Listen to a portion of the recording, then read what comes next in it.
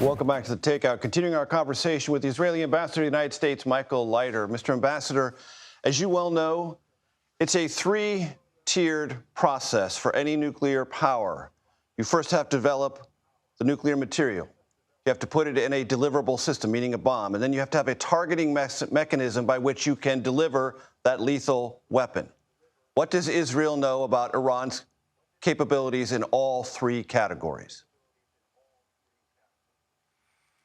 We know that they have moved very close to the precipice in all three categories. They will have a deliverability of a nuclear weapon within a matter of weeks, and our intel showed that very clearly. The damning report of the IAEA, which came out on the 60th day of the warning letter that the president sent to the Ayatollah, indicated that and really vindicated what our prime minister has been saying for 15 years. They're racing to a nuclear bomb, and we had to stop it. I think it's very important to appreciate what we're talking about. What we're talking about when we talk about the mullahs, the Ayatollah of Tehran. This is a government that sent assassination squads to assassinate the President of the United States twice. This is a Ayatollah who sent an assassination squad to take out former Secretary of State Mike Pompeo.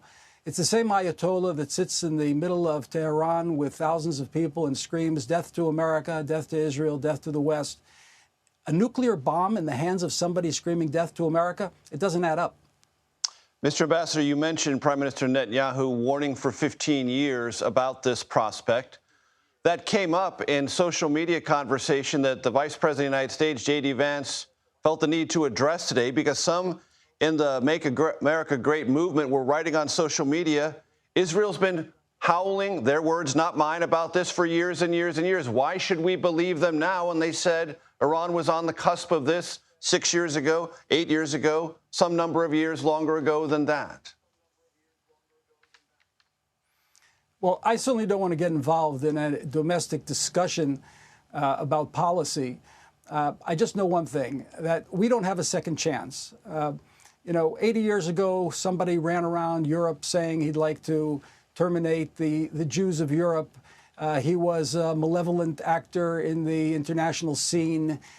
He caused chaos in the countries around him, and everybody appeased him. They said, well, we'll give it time. We'll try to see if negotiations and diplomacy will work.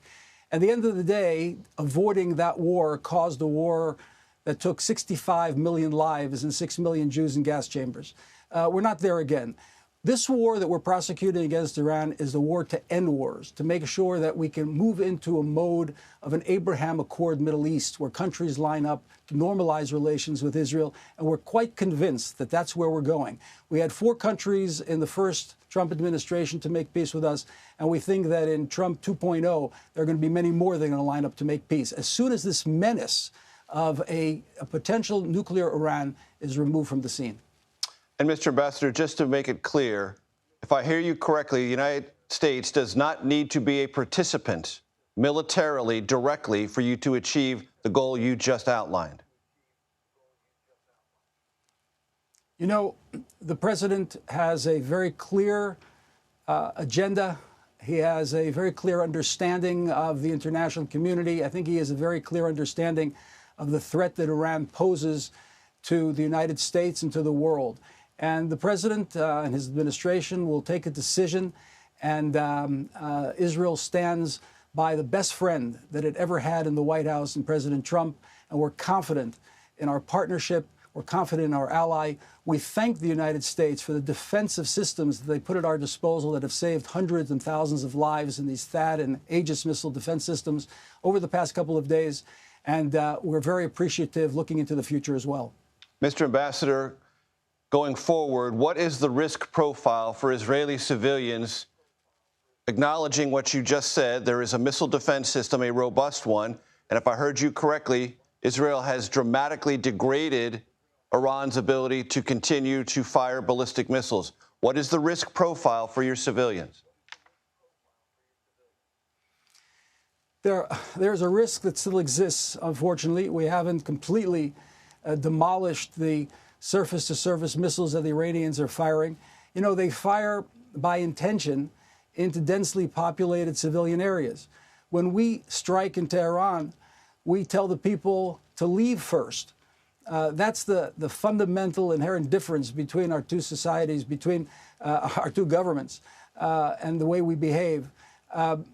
We will continue. We're pursuing every day the process of taking out these surface-to-surface missiles, these ballistic missiles that they're firing at us. And we've demolished about half of their inventory. And as the days go on, we're going to remove the rest of them from threatening our civilians. Israeli Ambassador to the United States, Michael Leiter. Mr. Ambassador, thank you for your time. I hope you'll come back. Good to be with you, Major. Thank you.